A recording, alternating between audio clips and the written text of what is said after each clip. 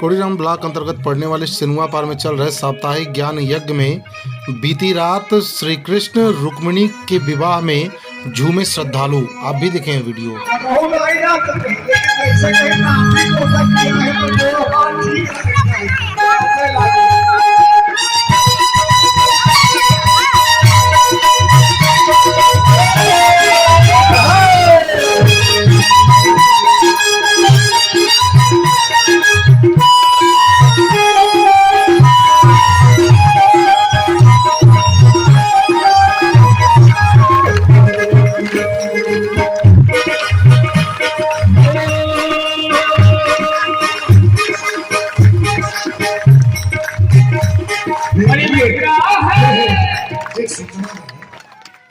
देख के लग रहा है कोई यज्ञ कराना ही पड़ेगा, जरूरी हो। सहस्त्र चंडी यज्ञ यहाँ करेंगे दुर्गा दरबार में। बोले शंकर भगवान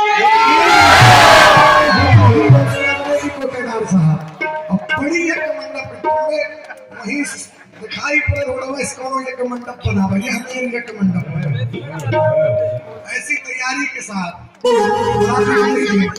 बुढ़ापा दी है नंदलाल जोड़ी का जवाब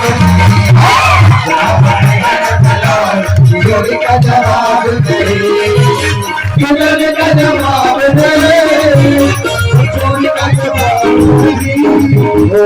जोड़ी का जवाब जोड़ी का जवाब